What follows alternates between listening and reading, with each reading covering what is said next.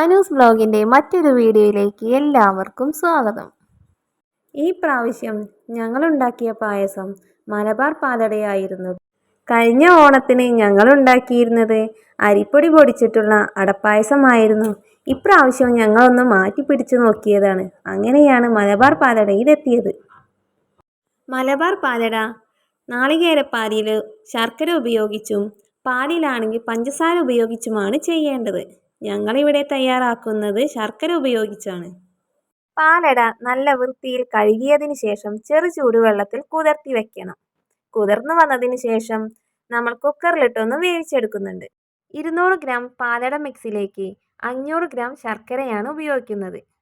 വേവിച്ചു വെച്ചിരിക്കുന്ന പാലട ഒരു ഉരുളിയിലേക്ക് ഒഴിച്ചതിന് ശേഷം ശർക്കര ഉരുക്കിയതുകൂടി ഒഴിച്ചു കൊടുക്കുക. എന്നിട്ട് നല്ല രീതിയിൽ തന്നെ ഇളക്കി യോജിപ്പിക്കണം.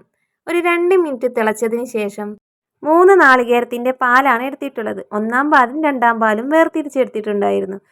2-ാം പാല് പാലട മിക്സിലേക്ക് ഒഴിച്ചു കൊടുക്കുക. നല്ല രീതിയിൽ തന്നെ കുറുകി വന്നതിന് ശേഷം 1 സ്പൂൺ നല്ല ജീരകവും 1 കഷ്ണം ചുക്കും 2-3 ഏലക്കായ പൊടിച്ചത് കൂടി ഇട്ട് കൊടുക്കുക.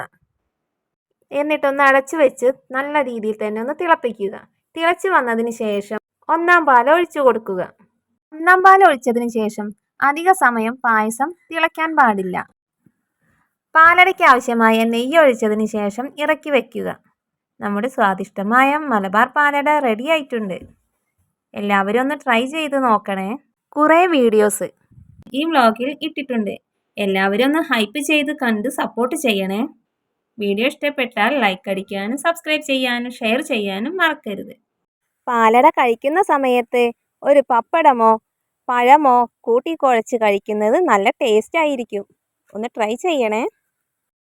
അടുത്ത വീഡിയോയിൽ കാണാം. ബൈ.